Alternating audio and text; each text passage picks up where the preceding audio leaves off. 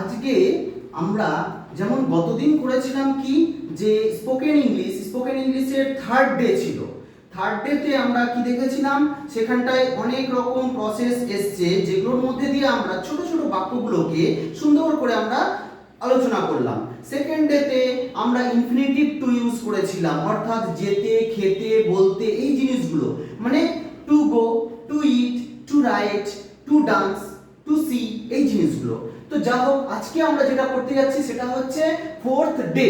Fourth day first আমরা যেটা দেখব কোনটা রাইট। আমরা কথা বলতে বলতে আমাদের কথা বলার মধ্যে এইটুকু ছোট ফাঁক থাকে যেটুকুই আমরা রং বলে থাকি, তো সেইটা একটা রাইট একদিকে রং।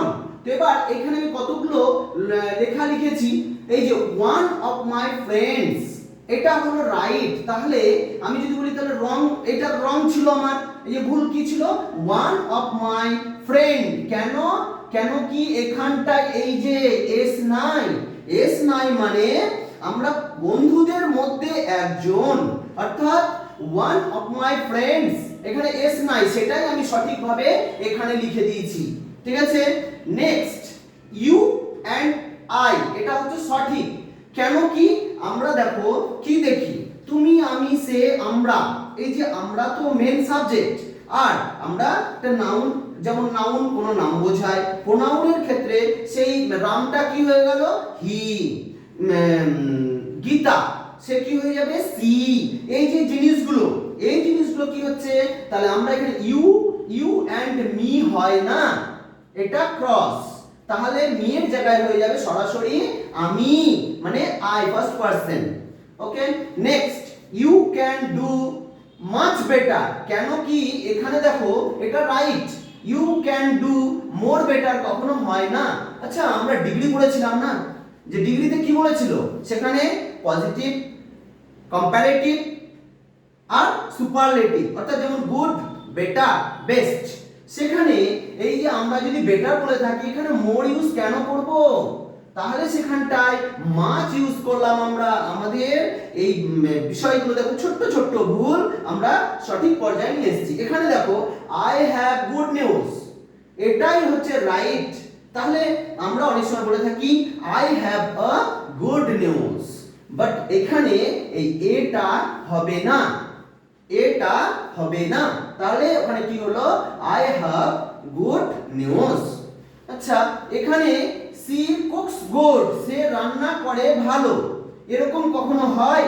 এই যে গুড যে আছে, হ্যাঁ সে ভালো, আমি ভালো, তুমি ভালো, এগুলো হয়, ছেলেটি ভালো, এগুলো হয়, কিন্তু কি হয়েছে এখানে লিখলাম সি কুকস গুড, সে ভালো রান্না করে না, ইটস রং।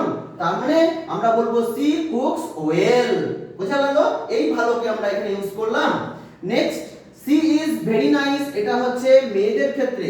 আচ্ছা, আর এখানে রং কি হলো, হ্যান্ডসাম কখনোই হয় না, হ্যান্ডসামটা ছেলেদের ক্ষেত্রে ইউজ করা হয়। তাহলে আমরা এখানে কি করলাম, নাইস করেছি। আচ্ছা, নাইস না করেও এগিয়ে আসো। এবার এখানটায় নাইস না করেও আমি যদি এখানে বলতাম হি ইজ ভেরি, কি বলবো, মেয়েদের ক্ষেত্রে বিউটিফুল হতে পারে, pretty, P R E T Y, না এটা ছাড়ো, তুমি এখানে করে দাও she is very beautiful, B E E A U T F U L, beautiful, এটাও আমরা ইউজ করতে পারি। তাহলে এইভাবে আমরা ইউজ করে আমরা দেখো প্রত্যেকটা জিনিস কোথায় রং কোথায় রাইট, এই জিনিসগুলো আমরা ইউজ করেছি। তাহলে আজকে আমাদের যেটা হলো ফোর্থ ডে। এবার এখানে তোমাদের একটু আগেই বললাম যে ওদের কতগুলো ছোট ছোট বাক্য, somehow,